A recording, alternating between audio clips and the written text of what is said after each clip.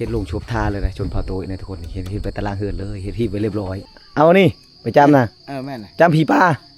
ไปนำเด้อพี่สาวเด้อไปก็ได้นะชื่ออะไรเจ้านะนี่เลี้ยงลูกมีเลี้ยงลูกแล้วปูไปเฮ็ดเวียกนะบ่คุ้มค่าเลยเนาะเอาข้าวเฝ้านึงไปชีควายตัวนึงโอ้องน้ำได้ใช้จะพุ่นโอ้ไอ้ไปชี้เจ้าไปชี้อยากขึ้นปรายาเลยใช่ตัวมากับมันนะโอ้ใช้แนวโลลื่นอีกเนาะเอาลูกเช้าหรือหลานเช้านั่นน่ะไปใช้ไปให้ชักเขาให้เชียร์ย่าบ่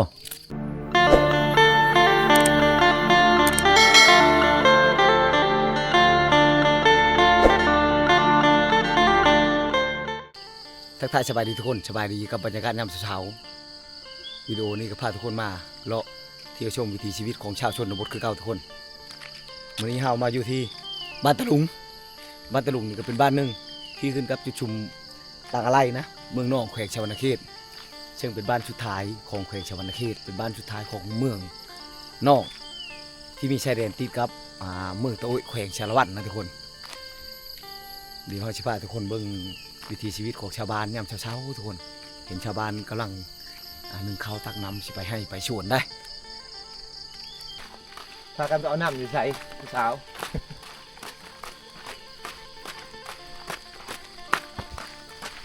ทำน้ำแต่เช้าๆแต่มังเตาเพิ่นคักเนาะทางหลังเนาะยังใช่อยู่เนาะทางนี้เราหมักเต่าอันนี้ตุ๊กครับเนาะไก่เนาะเยอะเนาะที่เราไปตักเนาะตักน้ำนี่เมื่อไอ้จึงบ่อยากว่าน้ำพี่น้องคือชินักเติมทุกคนเบิ่งได้แล้วชาวโลผู้ทางหลังผู้ทางหน้าประมาณ10 ปลายโล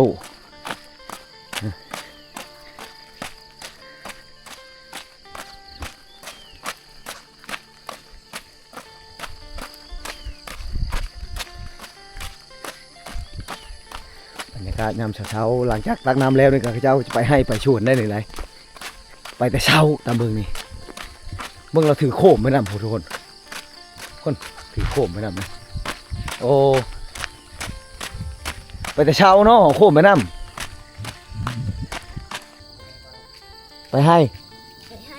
บ่สบายเนาะติดอันนั้นใช้หัวอยู่กับลูกทั้งลูกพร้อมติดยาใช้หัวอยู่นะทุกคนบ่สบายตามเบิ่งนี่ก็ยังไปบ่ได้อยู่ได้นี่แหละวิถีชีวิตของชาวชนบทคำบ่เฮ็ดก็ถือว่าเวียกงานทำบ่ไปนะทุกคนบ่แล้วบ่เฮ็ดมันยังค้างคาอยู่หั่น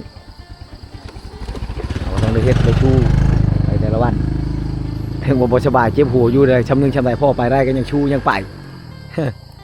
มาแต่ใช้เอาเข้าอยู่แล้วโอ้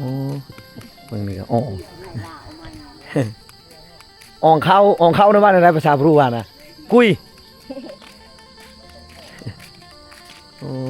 อยู่ใช้เฮือนได้ไหมเอามือตำนี่บอกเลยเอาไปเข้าเอ็ดข้าวปูกบ่เฮ็ดข้าวปูกจะซักเขาให้เนาะลูกเช้าหรือหลานเช้านั่นน่ะลูกลูกบ่นั่นน่ะจะค้นลูกน่ะ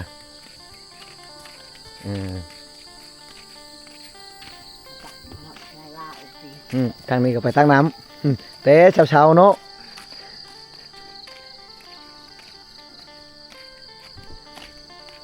เครียดเล้าไก่เถอะจ้ะไปแต่ชู้เลยโอ้เห็ดเล้าไก่ขึ้นทุกคนโอ้ไก่ได้ฮะได้ชู้คือแต่ผู้พุ่นอายแล้วละเข้ามาแต่ผู้ทุกคนเวลาเขาเห็ดเข้าพูดเข้าแล้วชาวบ้านก็จะบดเอาเข้ามาเอามาซ้ำที่เขาจะกินเอามาซ้ำมาได้เวลาเมื่อเข้าแล้วก็จะไปขึ้นไปตักเอาเธอละเปล่าช่องเปล่าไปนี่แหละกับมาชี้มาตำนี่ถ้าว่าเอามาหมดแต่ตอนนั้นมันก็บ่มีแรงงานนะเมืองชาวบ้านก็นี่หมดเข้าแล้วก็ไปเอาเข้ามาชี้ตำงูน้อยหลายแถวนี้ผัดข้าวแต่เช้าเนาะ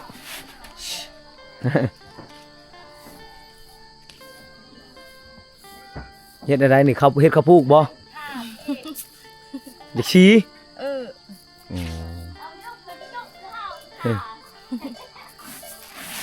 Ai bác sĩ chợ. Bác sĩ. Mà dám người bên này nhà lại. พัดเข้าวันนั้นก็โอ้แตกต่างเลยทุกคนแค่นั้นว่าไปอันนี้ฮะ แถวชนเผ่าที่เข้าไปแถวเมืองเชโปนมันจะแตกต่างกันทุกคนแต่เขาจะเห็นชัดเจนเห็นว่าข้าวรีดนี่มันหลายนี่มึงเพราะว่าข้าวให้ของชาวบ้านนี่เขาจะบริเกี่ยวนะทุกคนเขาจะพูดเอาเลยพูดเอาแล้วเม็ดตึงเม็ดบ่ตึงมันมาอยู่ในมือท่านเจ้าก็จะทิ่มใส่กระย่างเลยก็ได้ทุกเม็ดเลยนะเม็ดตึงเม็ดบ่ตึงก็ได้หมดเลยแต่ว่าเวลาจะสีเขาต้องพัดตากเสียก่อนตากเสียก่อนแล้วก็มาพัดให้มันแห้งแล้วก็ใช้หงชี้ผู้ที่มีหงชี้ผู้ที่มีเงินไขจางมูผู้บ่มีแล้วก็ตำเนี่ยคกก็มีอยู่นี่แต่ว่าแค่จ้างชีนี้เป่านึงเท่าไรเขาเอานี่บอก Sao? เช้าเป่านึงเช้าพัน Vào sao phát nó chả. เพื่อนเจ้าก็มีบ่หงชี Ông hơi không gì. ลูกบ่นั่งอยู่ทึ่งนะ Đi Ờ. cái cây. ผัวนั่นน่ะลูกบ่น่ะกับผัวที่ Lên. น้องชายของผัวตัดเรียบร้อยก็ใช้กระเป๋านี่แหละเนาะเอาชั้นเลย Ná thì vào năng tay. Nhà chả đâu. มัดเอาใต้เลยคาดเนาะ Nà. ประชาชนเท่าแต่โอ้ยมือละคำช่องคำ เฮียนฮูไปนำแล้วก็ลืมไปพร้อมนะทุกคน ไปหลายบ้านก็ถามเขาแล้วก็เขาบอกพ่อชอกชับมือมากก็ลืมอีก ถ้าว่าเขาได้ไปแต่รถเขาก็จะชื่อบ่ได้ไปให้บ่ฮะไปบ่มื้อนี่ Bay. ยังบ่ทันได้ไปเนาะงูกระลายเนาะงูนี่บ่ได้เฮ็ดคอกเลยทุกคนผูกไว้ในนี้เลยนี่จะได้ชาวบ้านก็จะปล่อยแล้วนี่ปล่อยพูดแล้วมันขึ้นผูกแล้วพูดให้ของชาวบ้านอยู่เนินผูกทุกคนพูดขาวๆพูดอ๋อตัวขึ้นเลยใช้เวลาเลยไปฮันนี่รถขึ้นฮอดบ่อยู่พุ่นบัดเอาเข้าลงมาเฮ็ดอะไรบัดได้เข้านะ Nà tụi bạ. ต้นปะใช่บ้าแล้ววะ ต้นปะใช่บ้าอองเอา เบรกเอาอองเอาโอ้ขึ้นบ่ได้อยู่เทิงผู้เนาะเอาอันนี้แหละการใช้ชีวิตอยู่ชนบททุกคนถ้าบ่เฮ็ดก็บ่ได้กินคือเมื่อกี้นี่แหละเพิ่นก็บ่สบายอยู่เจ็บหูอยู่ก็ยังไปได้ถ้าบ่ไปเวียงงานเขาก็จะบ่แล้วหมู่แล้วจะบ่แล้วนะหมู่เฮ็ดให้เฮ็ดชวนนี่ก็ต้องท่านตามฤดูกาลนะถ้าว่าวิทย์ฤดูกาลมาก็แล้วทุกคนคือกันก็เฮาเฮ็ดหน้าคือกันเฮ็ดให้นี่ก็วิทย์หญ้ามันเข้าหมู่เขียวมาแล้วเฮาก็หาสิไปชักเข้ามันก็สิบ่ทันฟ้าทันฝนคนละปุมันก็จะได้น้อยนี่เอาขอบใจเด้อ ขอบใจโปเฮือนหลังนี้นี่คักทุกคน นี่แหละที่คอยมักมันเป็นธรรมชาติเฮือนหลังนี้เวลาเขามุงตัวนี้มันจะเย็นทุกคนเย็นได้เขามุงตัวนี้อันนี้ตัวนี้นี่บ่จะบ่เป็นใบบุญตัวนี้ใบตองเคาะตัวนี้ใบตองเคาะอยู่ทางในมันเลยจะเป็นไม้กลมเขาเฮ็ดนี่เป็นเฮือนคู่บ่เป็นเฮือนที่ว่าเขานอนเป็นลักษณะคือตูบเขาเฮ็ดนี่คักเลยทุกคนเขามุงยาวๆลงมาแบบนี้เอาถือว่าเอาหลังคาเนี่ยเป็นผ้าเลยได้เฮ็ดยังนั่นน่ะเกือบขาด ก็พลาดเลย โอ้ นี่ก็จะชกเลย เปลี่ยนชายเกือบเนาะ เปลี่ยนใช้ โอ้ เกิบ เปลี่ยนชายเกือบก็ได้ โอ้เอาชายตัวอื่นมาใช้นี่ชาย ทำไมอีก ชายตัวมากับมันนะโอ้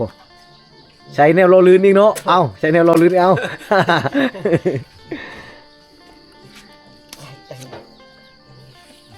โอ้ได้เนาะ ได้เลย ใช้ลิ้นโลลื่นแล้วได้เนาะดีเด็กกับปุ๊ดเข้าไปโอ้นานใช่อีกแล้ว ไปทางไหนนี่ Thôi tụi đây. ให้อยู่ใช้โอ้ชาวบ้านไปให้ทางพุ่นเนาะทางพุ่นก็มีให้เนาะโอ้ขึ้นว่ามีแต่ทางนี้โอ้พูดแล้วพูดไปแล้วออกยังนะได้ยังกุยยังนะ Cùi đôi. กุยโดยเบิ้งขนาดกุยโดยได้ยังไปกินไปยัง ได้อาหารเนาะ Cùi điên. แจ้วเหรอวะมันกินนี่ถ้าว่าพัวไม่ได้ไปบ่มอนี่ เริ่มต้น ใช่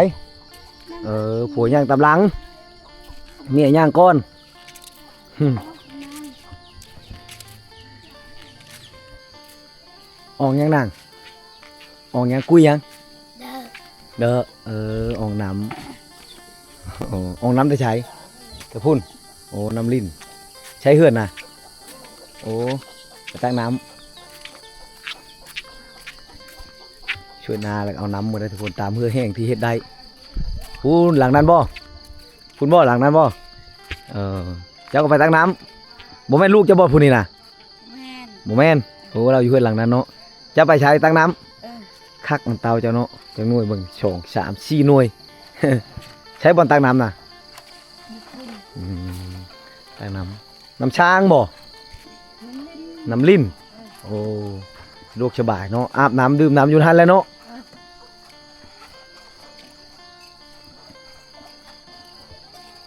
พูนทุกคน โอ้อ่างน้ำลิ้นพุ่นตัวนั้นเขาเห็ดให้คักโอ้พุ่นดีน้ำลิ้นแห้งชัดโจกโอ้นอ้าวเปิดเพลงไปทางน่ะ ไปให้โอ้ไปผู้เดียวตัวเนาะใช้เมียไปใช้ชาเมียอยู่เพื่อนโอ้คักแล้วตัวนี่ดุแล้วทุกคนน้อยได้สิเห็นคนจนเผาอ่ะผู้ไปเลยเมียอยู่เพื่อนไก่บ่ให้นะไก่เอาดีผู้ไปเฮ็ดเวียกเมียอยู่เพื่อนเมียเฮ็ดหยังอยู่เพื่อนคือบ่ไปเมียเลี้ยงลูกแล้วผู้ไปเฮ็ดเวียกนะทุกคนอันนี้ก็คือความจำเป็นถ้าว่าไปมาชองก็จะมีผู้เอาลูกเนาะอันนี้ก็ต้องมีผู้หนึงได้อยู่นะ ไกด์ให้เนาะบ่ได้ขี่รถไปเนาะรถไปบ่ฮอดบ่โอ้อยู่ผู้พุ่นเลยเนาะอยู่เขตนี้ผู้เป็นผู้ชั้นดีทุกคนเบิ่งพุ่นไปแล้วผู้เอาเข้าแล้วเนาะอองเข้าแล้วน่ะได้ยังไปกินมีอาหารยังมื้อนี้โอ้ได้เครียด ก็ยังดีได้อาหารก็ขึ้นมากับบริยูได้ไปหาการกบการเครียดมาพอได้กินมื้อเช้ามาก็จะปิ้งต้มแกงแล้วก็ถือไปให้ไปชวนแล้วทุกคนย่ามก็เว้นมาก็บ่ได้มีเวลาไปหากินก็มีแต่เฮ็ดเวียกอย่างเดียวโอ้น้ำก็ได้เอาไปแต่เฮือนเนาะอยู่ผู้น้ำบ่มีแล้วอยู่แต่เทิงผู้พุ่นโอ้แบกน้ำไปเฮือนนี่ทุกคนไปทางใดอย่าไปทางใดไปใช้ ไปให้ ให้ชักเขาให้เสียหญ้าบ่ผู้ชาวแล้วนี่เนาะโอ้ผู้นั้นก็เฮ็ดบ่เฮ็ดให้น่ะโอ้ เนี่ยตะตู้ ผู้น้อยก็เฮ็ดเนาะตะเนาะ ตะ ประชารู้ว่าตะเนาะตะละเฮ็ด เออ โอ้เฮ็ดเวียกช่วยพ่อช่วยแม่แล้วสำหรับทุกคนน้องน้อยเพิ่นช้ำนี่ก็ช่วยเวียกพ่อแม่ได้แหละแต่ละคนจะบ่ได้อยู่ชื่อได้เฮ็ดเวียกตามความสามารถของตัวเองแต่พ่อแม่ก็จะบ่ได้บังคับแต่ว่าด้วยความมักอยู่เฮือนก็จะบ่ม่วนแล้วพ่อแม่ไปให้ไปชวนก็จะไปนำทุกคนไปแล้วก็เห็นพ่อแม่เฮ็ดก็จะเห็นหูเฮ็ดไปนำได้ พ่อแม่ก็ให้เฮ็ดเอาตามใจไม่ยักกันนั่นน่ะจะผ้ายังน่ะน้ำเต้า ได้ลุย เดือดเลย ได้ลุย เดือดลุย ได้ลุยได้ลุ โอ้ ย น้ำเต้า น้ำเต้า เอาน้ำไปกินแต่เฮือนเนาะ กุ้มบ่อน้ำนี่คือหลายคน3คน4คนน้ำเต้าอันหนึง ไรอะ เด้มีกระตุก ลากทุกครัว มีกระตุกชามตุกเนาะลูกเช้าพุ่นน่ะเนาะลูกเช้าเจ้าบ่ โอ้ หาไก่คือไร จะคนลูกเช้านะ บาร์นะไอ้ อืมลูกชายก็มีบ่ บูด เอามีแล้วบ่ลูกชายนะ จะป้าโยง เปาโยงไปก่อนแล้วลูกชายแล้วอะไปกับลูกไผ่เนาะจะน้อยก็ได้ลูกเขยก็ลูกชาวอาภูแล้วก็มีผู้เฮ็ดช่วยอีกแล้ว เลยนะมะ แล้วน้ำมักเขามักลอกผู้ชาวไผสิบ่มักผู้ชาวพูนไปเลยถ้าอายดูละถ้าอายก่อนไอ้สิไปน้ำนี่โอ้อันนี้เป็นเหล้าเข้าเนาะใช่เหล้าเจ้าตัวไรชูชรอไหมใช้ตัวไร ชูทราเวลคือไร เออ ติเจเวต วิทย์แล้วเหล้าเข้าเจ้าเนาะปีกายนี่ได้หลายบ่เข้าบ่ หม้อให้เบิ้นเขาเอ้ย อะไรยี่อ่ะ อ๋อ ภาษานี่จะแตกต่างคอยก็จะบ่เข้าใจนะทุกคน ยี่ ฮอดผู้พู้นแหล้วนี่เนาะ โอ้ ที่เชียวถึงคือ ยังไกลเนาะอ้าวขอชงชำนี่เด้อขอบใจไปนำบ่ได้แล้วอยู่ผู้หุ่น สบายดีเพาะเฮ็ดหยังเอาเข้าโอ้คอยหักก็เห็นเจ้านี่ได้หักเห็นเจ้านี่ได้ว่าเอาเข้าได้ชุดหลายคอยเห็นมีแต่ไม่ยิ่งเฮือนเจ้าบ่มีไม่ยิ่งบ่มีบ่ลูกชาวหลานชาวเจ้ามีแต่เจ้ามาเอาเนาะโอ้ผู้เดียวเจ้าใช้เข้ายังหลายบ่เบิ่งเด้อขออนุญาตเด้อน้อยบ่หลาย โอ้ยังหลายอยู่ฝุ่นมืดเลยทุกคนนี่อยาวเข้ามาฉี่หรืออยาวมือเฮ็ดอันข้าวปลูก บ่อยากสิกิน อยากฉี่กินจะค้นอยู่เฮือนน่ะ เก่า เกาค้นเป่านึงนี่ได้จากมือนี่สี่เป่านี่ ได้4 มื้อ5มื้อ อ๋อเป่านึงได้4 มือ 5 มือเนาะคิดว่าได้เป็นเดือนบ่ฮอดแล้วเนาะ เป็นเดือนแล้ว อันนี้ประตูเล้าเจ้าเนาะตัวนี้ โอ้ โอ้ประตูเล้านี่ก็ย่อเลยบ่ได้ใช้บันพับ ใช้กระเจล็อกน่ะบ่ได้ล็อกบ่ บ่มี เอาเข้าบ่เอาบ่ บ่เขาเอา เขาบ่รักเนาะ บ่ เขาคือบ่รักเขาเนาะ บ่ เป็นหยังเขาจังบ่รักน่ะ ก็เข้าบ่ละบ่ยาน ย่านหยัง คันก็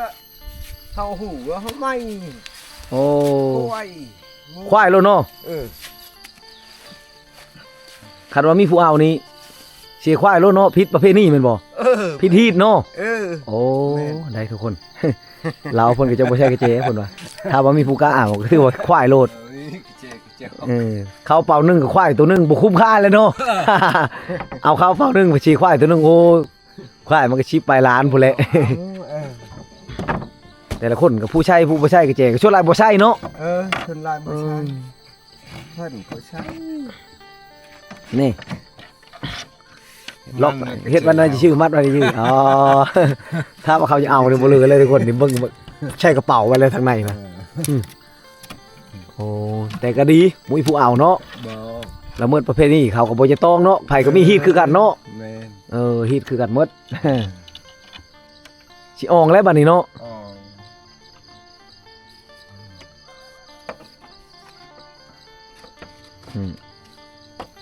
แน่ เฮ็ดอะไรโอ้ใช้ชายตัวนี้ ๆ นี่วิธีการทุกคนตัวนี้นี่กระเป๋าได้เนาะ เปล่าก ระเป๋าคาดเขาชาดน้ำแม่นบ่ตัวนี้นะ แม่น โอ้ชายตัวนี้นี่ทุกคนเขาดึงเอาตัวนี้เลยนี่เวลากระเป๋ามันคาดแล้วดึงเอาเชือกมานี่แล้วก็มาทักเป็นเชือกตัวนี้นะน้ำ ถ้าว่ากระเป๋าคาดสายงานบ่ได้จะเอามาประยุกต์เป็นตัวนี้มาอองเข้าก็มาแต่ผู้ แม่นได้พูดแล้วนี่ โอ้เฮ็ดเป็นชายอ๋อง เออ เบิ่งวิธีการ นั่น อืม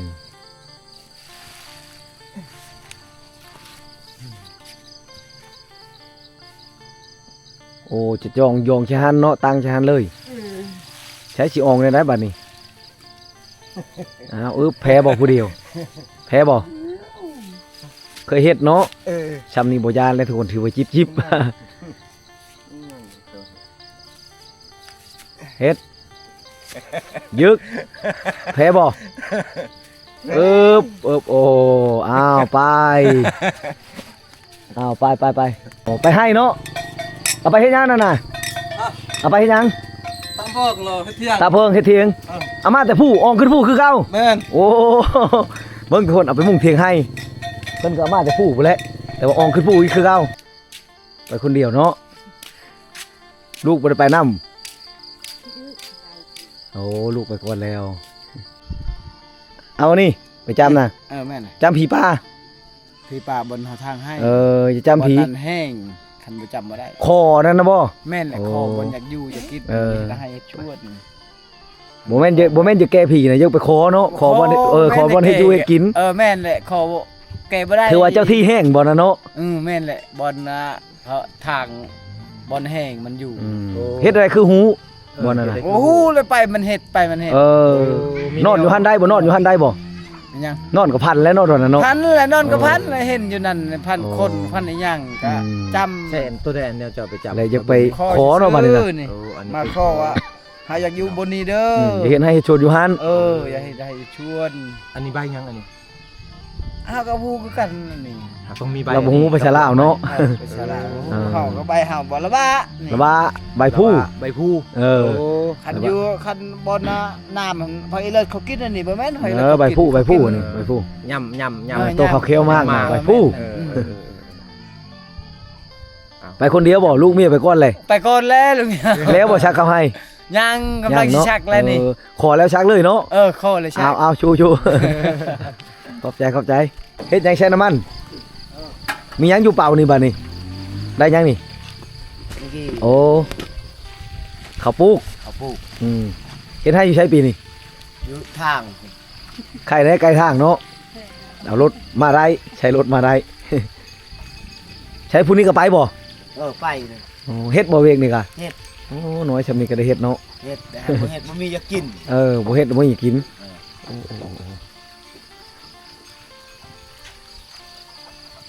นอนใช่เมื่อคืน มื้อได้มาใหม่ อ่า มาแต่เช้าว่านนี่ฝนตกหรือมื้อได้หยังไปกินน่ะบัดนี้นอนเลยบ่ บ่ บ่ได้นอนไผเบิ่งลูกอยู่เฮือนบัดนี้ นี่ อยู่อีกผู้หนึง เอาไปแต่เช้าแต่เช้าจักมื้อเลยชักนี่ยังบ่ทันหากระเริ่มบ่ เริ่มชัก หากระเริ่มชักมื้อนี้เอาเฮ็ดบ่เฮ็ดก็บ่แล้วคือว้าวแหละทุกคนต้องได้ชูไปขอชาวบ้านว่าเอามาไว้กินเฮ็ดเถียงให้เฮ็ดเฮือนคู่เฮ็ดเฮือนตัวนี้น่ะมันหยังตัวนี้น่ะบ่มีหยังอันนี้น่ะ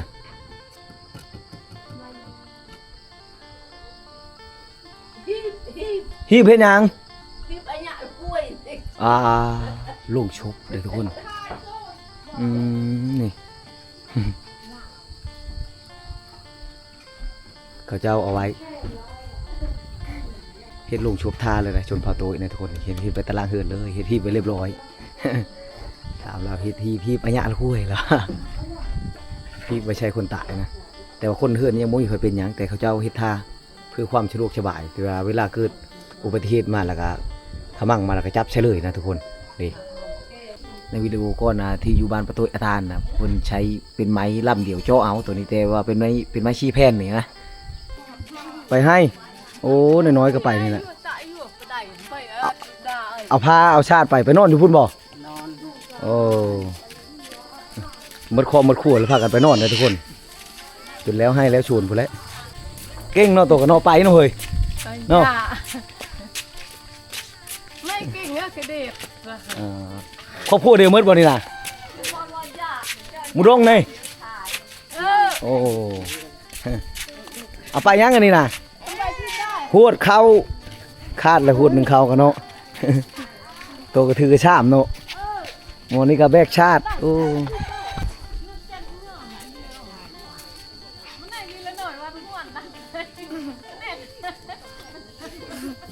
เกือบก็บ่ใช่เจ้าเนาะนางเกือบไปใช้ วันละหน่อยเลยก็ยังร้อนป่า ได้ยังล่ะโอ้เอาไปหาปลาเนาะกลางคืนเนาะออกยังตัวนี้ เขาชานโอ้เกมเขาชานคือไปแล้วพอนอนค้างคืนแล้วทุกคนจนแล้วให้แล้วชูนไว้จังมา ไปแล้วพุ่น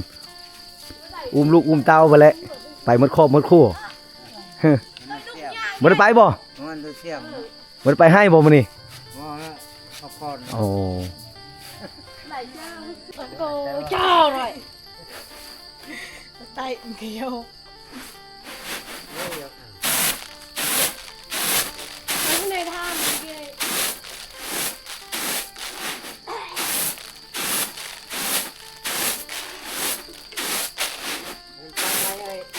ขึ้นไปเนกแกไม่ไปเยอะถึงแรงไปเนกยกกระดาษเลิกจะไปถ่ายเลย ลูกชาวเจ้าบ่แม่นี่น่ะ ผู้ชายว่าอย่างกี่ อ๋อผู้ชาวมาชอง ไปนำผู้ชาวนี่ไปนำเด้อผู้ชาวเด้อ ไปก็ได้นะ ชื่อแนวไหนเจ้าน่ะ ฮะ ชื่อแนวไหน ไปปะ เออ สื่อเครียด ชื่อเครียดผู้นั้นดิ ไปได้ ถือเบ็ดไปพร้อมเนาะโอนไปแล้วทุกคนทางเช่นนี้เป็นทางโฮจิมินห์นะ าวบ้านไปโอ้ จะไปเฮาต้องอุ้ยพุ่นนาค่ะ ยังไกลบ่เต็นี่ไปเมืองโตยนะ บ่ได้ไกลประมาณ2 หลักบ่ได้ไกลปานใดไป ลูกเขาเมื่อแล้วนี่เนาะลูกจะเมื่อบ่ โอ้แม่นลูกเฮานั่น เออ ลูกเฮาหมดอันก็ใหญ่เลยนะลูกเฮาน่าละลูกเฮาลูกเฮา โอ้นอนพุ่นบ่ไปนี่บ่ ยังเลยจูเลย จูเนาะโอ้จูเลยมา ปอจู โอ้เที่ยวเอา รถ ย่างบ่มีรถเนาะ คันมีรถนี่พ่อไปได้อยู่ทางเข็นนี่เนาะนี่อืมไปแล้วทุกคน จักประ เฮ็ดเวียกวนไปนั่นนี่แหละแต่กิจกรรมของชาวบ้านแต่ละวันก็ถ้าเฮามาเฮ็ดก็มาแล้วนะทุกคนบ่มีไผเฮ็ดให้เฮาชาวบ้านก็น้อยๆนะก็เฮ็ดบ่น้อยๆนะก็ผู้น้อยนะก็ เฮ็ดคือกัน โอ้ หันบ่เฮ็ดบ่มีข้าวกิน เบิ่งทุกคนทางลูกทางเต้าผู้น้อยผู้หยังก็ไป ที่สั่งไว้กระดาษ